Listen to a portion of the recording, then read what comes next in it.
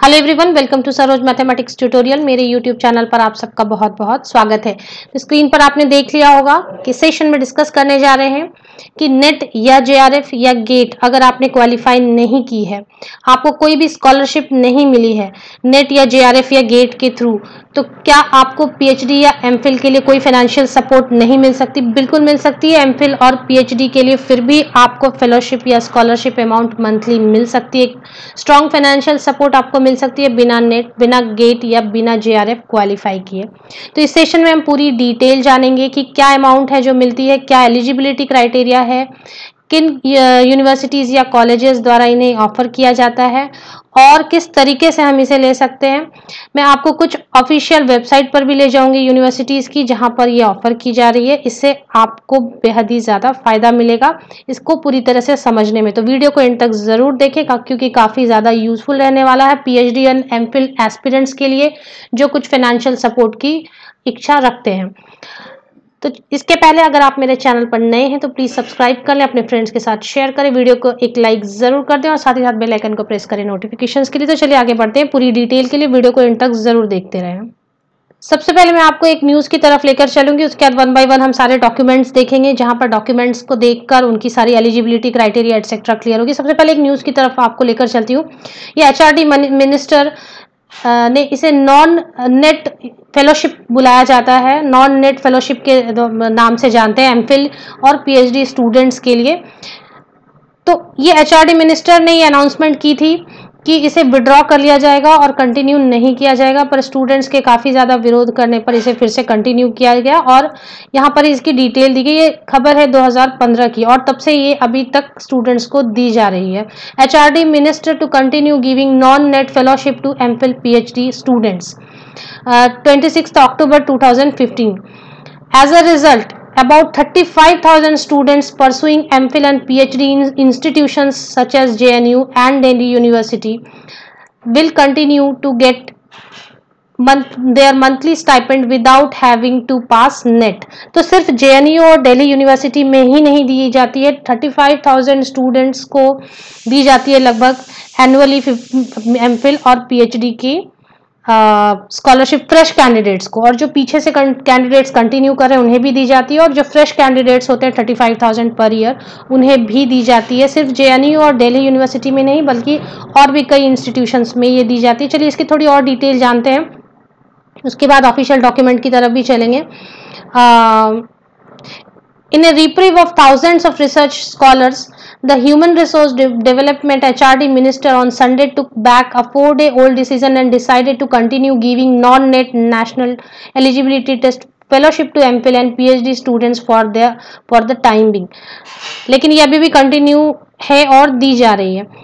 अभी चलते बात करते हैं कि क्या अमाउंट दी जाए। As a result some 35,000 students pursuing MPhil and PhD in top universities like Jawaharlal Nehru university, Delhi university will continue to get their monthly stipend without having to pass NET a qualifying exam for lectureship. बिना पास किए net परीक्षा, जिन्होंने exam पास नहीं की है या पास भी की है लेकिन उन्होंने जेआरएफ क्वालिफाई नहीं की है, तो उनमें से 35,000 स्टूडेंट्स एप्लीकेशन डाल सकते हैं और बिल्कुल ये ले सकते हैं। इसमें किस तरीके से दी जाती है? जो एमफिल स्टूडेंट्स हैं उन्हें 5,000 रुपीज़ पर मंथ दी जाती है और पीएचडी स्टूडेंट्स को 8,000 रुपीज़ दिए जाते हैं और साथ ही साथ कंटिजेंसी अमाउंट भी दी जाती है। तो मंथली स्टाइपेंड जो है, इन शॉर्ट, पीएचडी स्टूडेंट्स को 8,000 पर मंथ दी जाती है और एमफिल स्टूडेंट्स को, कैंडिडेट्स को 5,000 रुपीज़ दी जाती है। इसके साथ ही साथ कंटिजेंसी अमाउंट भी दी जाती है। अब इसके बाद और जानते हैं हम इसकी डिटेल। ये दिल्ली यूनिवर्सिटी की मैं आपको एक नोटिफिकेशन रीड आउट करके बताती हूँ। यही नोटिफिकेशन जिस भी यूनिवर्सिटी में ये ऑफर की जाती है वो सेम नोटिफिकेशन है, जिससे पता चलता है कि कौन से कैंडिडेट एलिजिबल होते हैं इसके लिए एप्लीकेशन डालने के लिए, और साथ ही साथ में क्या अमाउंट मिलती है वो ऑलरेडी हमने देखा, पर इससे थोड़ा और क्लियर हो जाता है कि अमाउंट यही मिलने वाली है। It is here bye informed that the following guideline shall be applicable in respect of UGC non net fellowship scheme with immediate effect. अब ये The scheme for non-net fellowship is applicable for MPhil and PhD students who are not in receipt of any financial assistance from any source and are registered in various departments of the university. तो जो भी university से offer कर रही होती उस university में आप पीएचडी या एमफिल के लिए रजिस्टर्ड होने चाहिए, सबसे पहली बात। दूसरी बात है कि आपको किसी भी तरीके की अन्य फाइनेंशियल असिस्टेंस नहीं मिल रही होती है। मतलब फाइनेंशियल असिस्टेंस मतलब जैसे आपने जेआरएफ क्वालिफाई की है या आपने कोई और एग्जाम पास किया है स्कॉलरशिप की और आप वहां से स्कॉलरशिप ले रहे हैं, तो ये आपको दोबारा नहीं मिलेगी। इसका मतलब है कि जिन्हें बिल्कुल भी किसी भी तरीके की फाइनेंशियल असिस्टेंस नहीं मिल रही है उन्हें मिलेगी, और साथ ही साथ जो यूनिवर्सिटी से ऑफर कर रही होती उसमें उस स्टूडेंट ने रजिस्टर होना चाहिए एमफिल या फिर पीएचडी प्रोग्राम के लिए। चलिए दूसरा पॉइंट पढ़ते हैं हम। और यही सेम जो रूल है और गाइडलाइंस है ये सभी यूनिवर्सिटी फॉलो करते हैं जो पीएचडी या एमफिल के लिए नॉन नेट फेलोशिप दे रहे होते हैं। The award and extension of fellowship will always be subject to actual release of funds from the UGC and compliance with stipulated conditions. तो जो एक्सटेंशन होगी फेलोशिप की या कितने दिन के लिए मिलेगा वो सभी यूजीसी पे डिपेंडेंट रहेगा। तो वो ऑब्वियसली अभी यूजीसी की तरफ से जो गाइडलाइंस रहते हैं वो फॉलो किए जाते हैं। In case of the violation of any of the terms of award enumerated in succeeding paragraphs and amendments from time to time, the university reserves the right to cancel the fellowship registration and recover the amount paid as applicable. अगर किसी तरीके की कुछ ऐसे cases होते हैं जो कि अगेंस्ट में जाते हैं रूल्स एंड रेगुलेशंस के, तो तब ऐसे केस में फेलोशिप बंद कर दी जाती है या रिकवर की जाती है। चलिए देखते हैं कि कितनी मिलती है एमफिल प्रोग्राम के लिए।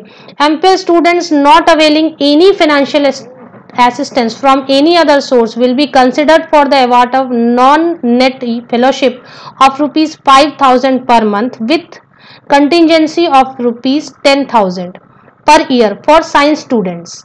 तो साइंस स्टूडेंट्स को 10,000 कंटिजेंसी अमाउंट मिलेंगे जो साल में एक बार मिलेगी, और 5,000 रुपये मंथली मिलेंगे, हर मंथ मिलेंगे जो साइंस स्टूडेंट्स हैं। बाकी जितने भी कैटेगरीज में स्टूडेंट्स आएंगे उनको 8,000 रुपीज़ पर मंथ दिए जाएंगे जहां कंटिजेंसी अमाउंट नहीं दी जाएगी। साइंस में कंटिजेंसी अमाउंट इसलिए दी जाती है क्योंकि उन्हें प्रैक्टिकल्स एटसेट्रा करने होते हैं। चलिए आगे देखते हैं। साइंस में मैथमेटिक्स भी इंक्लूडेड है। The maximum number of fellowships in a department means her subject में, सपोज आप जूलॉजी डिपार्टमेंट में हैं या आप सोशियोलॉजी डिपार्टमेंट में हैं, तो हर डिपार्टमेंट में, ये दिल्ली यूनिवर्सिटी की थी, 25 फेलोशिप दी जाएगी एक डिपार्टमेंट में, और साथ में एक पीडब्ल्यूडी को दिया जाएगा। पर ये जो नंबर ऑफ फेलोशिप्स है हर डिपार्टमेंट में ये वेरी करते हैं university to university and year to year ये वेरी करते रहते हैं। पर इतना श्योर है कि कुछ शॉर्टलिस्टेड कैंडिडेट्स को जरूर दिए जाते हैं ये non NET UGC non net fellowship. चलिए पीएचडी प्रोग्राम के लिए देख लेते हैं। Selected PhD programme, selected students will be entitled to rupees 8,000 per month as fellowship and contingency of 10,000 for science student 8,000। Same वही, अगर पीएचडी कर रहे हैं तो 8,000 मिलेंगे मंथली, और साइंस स्टूडेंट्स को 10,000 कंटिजेंसी मिलेंगे एनुअली, साल में एक बार। लेकिन अगर ह्यूमैनिटीज एंड सोशल साइंस में कॉमर्स भी आ गया 8,000 रुपीज मंथली दी जाएगी। The number of non net fellowship to be awarded each year, हर साल दी जाती है, और ये भी जानेंगे कि कितने सालों तक दी जाती है। Each year to fresh students enrolled in concerned department will be half the number of existing faculty strength but not exceeding a total of 12 minus. तो ये इन्होंने कुछ कैलकुलेशन बताई है जिसके हिसाब से वो कैलकुलेट करते हैं कि टोटल कितने स्टूडेंट्स को हर साल हर डिपार्टमेंट में सेपरेटली फेलोशिप दी जानी चाहिए। ये मैंने आपको बताया यूनिवर्सिटी टू यूनिवर्सिटी या ईयर टू ईयर वेरी करता है, चेंज होता है। फिर भी आपके चांसेस होते हैं कि आप अगर इन यूनिवर्सिटीज में एडमिशन ले तो। चलिए आगे जानते हैं, तो फेलोशिप आपको मिलेगी पीएचडी या एमफिल के लिए। Students who have been registered for PhD programme and availing fellowship under projects are not availing any fellowship after the project is over will be considered for non net fellowship. इसका मतलब ये है कि कुछ PhD programmes में जब आप खास प्रोजेक्ट कर रहे होते हैं किसी खास कंपनी में वगैरह, तो वो कंपनी आपको कुछ पीरियड के लिए, एक स्टिपुलेटेड टाइम पीरियड के लिए कुछ फेलोशिप देती है। तो वो जैसे ही वो पीरियड ओवर होता है वो फेलोशिप अपनी विड्रॉ कर लेती है, जो खास प्रोजेक्ट के लिए दिया जाता है किसी खास कैंडिडेट को। तो उसके बाद आप फिर वापस से नॉन नेट फेलोशिप के लिए एलिजिबल हो जाते हैं, पर उस पीरियड में नहीं होते हैं जबकि आपने कोई फेलोशिप आपको मिल रही है, कोई फाइनेंशियल असिस्टेंस आपको किसी खास प्रोजेक्ट के लिए दी जा रही है। The maximum period of fellowship will not exceed 4 years including the year of fellowship from the project। तो आपकी जो टोटल नंबर ऑफ ईयर्स हैं जिसमें ये फेलोशिप आप अवेल कर सकते हैं वह है 4 साल। नॉर्मली जब JRF आपको मिलती है तो आपको 5 साल मिलते हैं और अभी करंट रेट है 31,000 एंड SRF के लिए 35,000, पर ये थ्रू आउट फिक्स रहती है 8,000 रुपीज़ PhD के लिए, और कंटिजेंसी भी फिक्स रहती है, लेकिन और साथ ही साथ 4 साल के लिए मैक्सिमम 4 ईयर्स के लिए ये आपको दी जाती है total. Such the total duration shall be counted from the date of registration of PhD, और ये ड्यूरेशन काउंट होती है आपकी PhD रजिस्ट्रेशन की डेट से। Such application should be received in scholarship cell within 3 months from the date of expiry of project fellowship after due recommendation by departmental research committee. तो आप जहां admission लेते हैं वहां से आपको नोटिफिकेशन एटसेट्रा आती है और उसके बाद आप वहां पर एप्लीकेशन डालते हैं। तो अब जानना ये जरूरी है कि कौन सी यूनिवर्सिटीज में आप एप्लीकेशन डालें जिससे कि आप ये फैसिलिटी अवेल कर सके। जैसा आपने देख लिया JNU में ये फैसिलिटी अवेलेबल है, दिल्ली यूनिवर्सिटी में ये फैसिलिटी अवेलेबल है, और साथ ही साथ जानते हैं कि कहाँ पर और यहाँ ये फैसिलिटीज अवेलेबल है फेलोशिप की। मैंने भी रिसेंट एक वीडियो बनाई थी CUCET 2020 central university common entrance test CUCET 2020। तो central university common entrance test में सभी जो भी सेंट्रल यूनिवर्सिटीज़ ने पार्टिसिपेट किया था PhD प्रोग्राम में एडमिशन लेने के लिए, उसकी ब्रोशर आपको ओपन करनी है और वहाँ पर आपको देखना है। जैसे फिलहाल मैंने 2 years masters and PhD programme at central university of Jharkhand Ranchi open किया है, और यहाँ पर मैंने एलिजिबिलिटी क्राइटेरिया में जब देखा तो आप यहाँ देख सकते हैं, इस तरह स्क्रीन में बड़ा कर दूँ, UGC net last point, PhD candidates will be provided UGC research fellowships by the university in case they are not receiving any financial assistance from funding agencies. तो अगर आपने JRF एटसेट्रा नहीं क्वालिफाई की या आपको किसी और सोर्स से फाइनेंशियल असिस्टेंस नहीं मिल रही है, सोर्स से मीन्स आपने कोई और स्कॉलरशिप परीक्षा पास करके कोई ऐसी मतलब पेरेंट्स की फाइनेंशियल असिस्टेंस को नहीं काउंट किया जा रहा, पेरेंट्स से तो ऑफकोर्स आपको मिलती है। इसके अलावा आपने कोई एग्जाम ऐसी क्वालिफाई नहीं की है जहां से आपको फाइनेंशियली कुछ सपोर्ट मिल रहा हो, तो ऐसे केस में PhD candidate will be provided UGC research fellowship by the university in case they are not receiving any financial assistance from any funding agency. तो ये आपको मैंने बताया CUCET 2020 रांची यूनिवर्सिटी के जो central university of Jharkhand Ranchi की ब्रोशर थी उसमें। इसी तरीके से मैं आपको और भी कुछ ऑफिशियल वेबसाइट्स पर लेकर चलती हूँ जहाँ पर पता चलेगा कि और भी इस तरीके से और भी central universities mainly JNU Delhi universities, और इसके अलावा कुछ टॉप 50 इंस्टीट्यूशंस हैं जो आपको कंट्री में ऑल टुगेदर लगभग अराउंड 50 इंस्टीट्यूशंस आपको ये प्रोवाइड करते हैं फेलोशिप। यहाँ पे आप देख सकते हैं जो न्यूज मैंने आपको पहले रीड आउट करके, the non net fellowship scheme was introduced by the UGC in 2006। It is currently limited only to 50 institutions including central universities and those with potential for excellence. Nearly 35,000 students are at present on these fellowships, a ministry statement said। तो लगभग 50 institutions हैं जिनमें central universities included हैं, जिनमें Delhi university है, JNU है, और साथ ही साथ कुछ और भी यूनिवर्सिटीज, खास यूनिवर्सिटीज हैं आइडेंटिफाई किए गए हैं जो ये प्रोवाइड करती हैं, और लगभग हर साल 35,000 स्टूडेंट्स को आइडेंटिफाई करके इन्हीं यूनिवर्सिटीज में एडमिशन लेने वाले स्टूडेंट्स को आइडेंटिफाई करके उनमें से मेरिट बेस पर दी जाती है। और कहीं कहीं सभी स्टूडेंट्स को सेंट्रल यूनिवर्सिटी में जितने भी कैंडिडेट्स अपीयर होंगे, एडमिशन लेंगे, उन सभी को दी जाती है, और कहीं कहीं ज़्यादा होने पर सीट शॉर्टलिस्ट किया जाता है मेरिट बेसिस पर। तो इस तरीके से सेंट्रल यूनिवर्सिटी से दी जाती है। तो आप नेक्स्ट ईयर टारगेट कर सकते हैं। CUCET 2020 के जो डेट्स हैं वो फिलहाल ओवर हो चुके हैं, जो उसकी लास्ट डेट थी वो निकल चुकी है इसी मंथ, और मैंने उस पर वीडियो भी कई बार अपलोड किए थे। उसकी लास्ट डेट एक्सटेंड हो रही थी, वो भी मैंने वीडियो अपलोड किए थे। तो जिन्होंने ये अपॉर्चुनिटी मिस कर दी तो नेक्स्ट टाइम ज़रूर उसमें CUCET में आप एग्जामिनेशन में ज़रूर अपीयर हों और उसकी ब्रोशर को ठीक से पढ़ें, कौन कौन सी यूनिवर्सिटी उनमें इन्वॉल्व है, पार्टिसिपेट कर रही है, जो आपको दे रही है। चलिए एक दो और यूनिवर्सिटी मैं आपको बता दूँ जो कि ये दे रही हैं फिलहाल हमारे नॉलेज में। हालांकि सभी सेंट्रल यूनिवर्सिटी लगभग ये फेलोशिप अवेलेबल करा रही है अपने पीएचडी और एमफिल स्टूडेंट्स के लिए। चलिए एक दो यूनिवर्सिटी और देख लेते हैं हम। ये महात्मा गांधी सेंट्रल यूनिवर्सिटी बिहार, यहाँ पर भी कुछ नोटिफिकेशन आई हुई थी। Notification it is here bye inform, ये 3 जनवरी 2020 को, it is here bye notified that the following guidelines should be applicable in respect of scheme of award of non net fellowship in the university with immediate effect. और यहाँ पर भी जो आप पूरी detail इसकी पढ़ेंगे, तो ये मैं बात कर रही हूँ फिलहाल आपसे महात्मा गांधी सेंट्रल यूनिवर्सिटी की।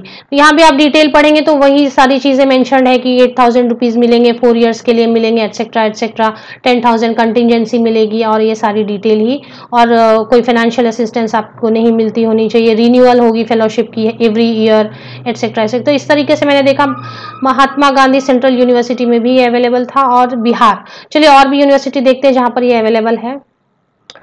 Guidelines for UGC non net fellowship central university of Gujarat, यहाँ पर भी ये अवेलेबल है। यहाँ पे भी पीडीएफ अवेलेबल होती है जो क्लियर करती है कि आपको non net fellowship central university of Gujarat में भी मिल रही है। University of Delhi scholarship cell से ये नोटिफिकेशन आई हुई 2 जून 2020 को कि एक्सटेंशन और renewal non net non JRF fellowship की जो एक्सटेंशन है या रिन्यूअल है एवरी ईयर, जो एक्सटेंशन या एवरी ईयर जो रिन्यूअल होती है उसकी डेट बढ़ा दी गई 30 जून 2020। हेंस ये पता चलता है कि दिल्ली यूनिवर्सिटी भी ये अवेलेबल करा रही है। इसी तरीके से CUCET 2020 के जो डेट्स हैं वो निकल चुके हैं एप्लीकेशन के, ऑनलाइन एप्लीकेशन की। नेक्स्ट ईयर मैं अपने वीडियोज़ के थ्रू ये ज़रूर नोटिफाई करूँगी कि कब CUCET की एग्जामिनेशन की ऑनलाइन एप्लीकेशन की डेट्स आती है, उसमें ज़रूर अपीयर हो और सभी ब्रोशर्स को थॉरोली रीड करें कि कौन कौन ऐसे यूनिवर्सिटीज़ हैं इसमें पार्टिसिपेट करने वाले जो ये अवेलेबल करा रहे हैं नॉन नेट। और इन ड्यू कोर्स अगर मुझे और भी यूनिवर्सिटीज़ जो 50 इंस्टीट्यूशंस है, टॉप इंस्टीट्यूशंस जो ये अवेलेबल करा, इनकी लिस्ट अगर मेरे हाथ लग जाए तो मैं एक वीडियो बनाकर इसके माध्यम से अपने सब्सक्राइबर और सभी व्यूअर्स और सभी इंडियन कैंडिडेट्स को, PhD एस्पिरेंट्स तक ये नॉलेज इंफॉर्मेशन ज़रूर शेयर करूंगी। List of universities who are offering currently all types of fellowships. Hope ये सेशन आप सबके लिए बेहद यूजफुल रहा होगा। मैं जितने भी लिंक्स पॉसिबल होते हैं अपने वीडियो के डिस्क्रिप्शन बॉक्स में ज़रूर डालती हूँ, तो मेरे वीडियो के डिस्क्रिप्शन बॉक्स को ज़रूर चेक किया करें, वहाँ पर सारी रेलिवेंट आपको लिंक्स मिलेंगी, वो लिंक क्लिक करके आप गो थ्रू कर सकते हैं और डिटेल जान सकते हैं। होप ये सेशन आप सबके लिए बेहद यूजफुल रहा होगा। इस तरह के यूजफुल सेशन लेके मैं फिर आपके पास आती हूँ, तब तक के लिए आप सभी को best wishes. Thank you very much.